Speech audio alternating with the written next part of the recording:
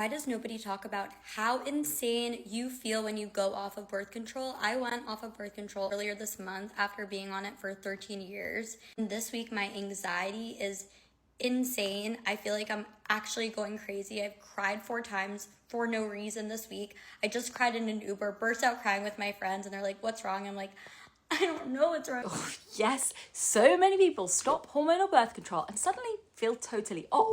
Mood swings, acne, weird periods, it's a lot happening at once. But what is actually happening with your hormones?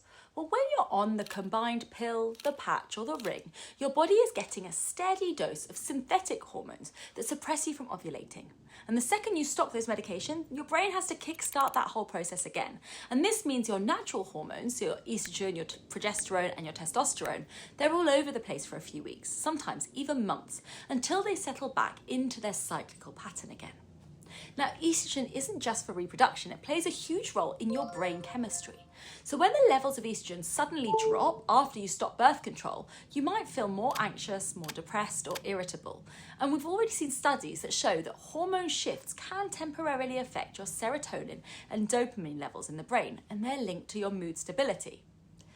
And then there's testosterone. So hormonal birth control does also lower testosterone, and that's why many people notice that they have clearer skin or less oil production whilst they're on it. And when you stop, the testosterone level rebounds. That can mean more acne or oily skin in those first few weeks as well, and even an increase in libido. So depending on how you look at it, the raise in testosterone can be a blessing or a curse.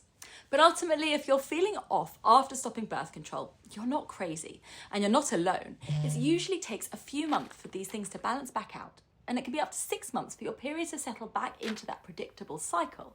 But if your symptoms are feeling severe or they don't improve, you should talk to your doctors because there are ways to make that transition smoother for you.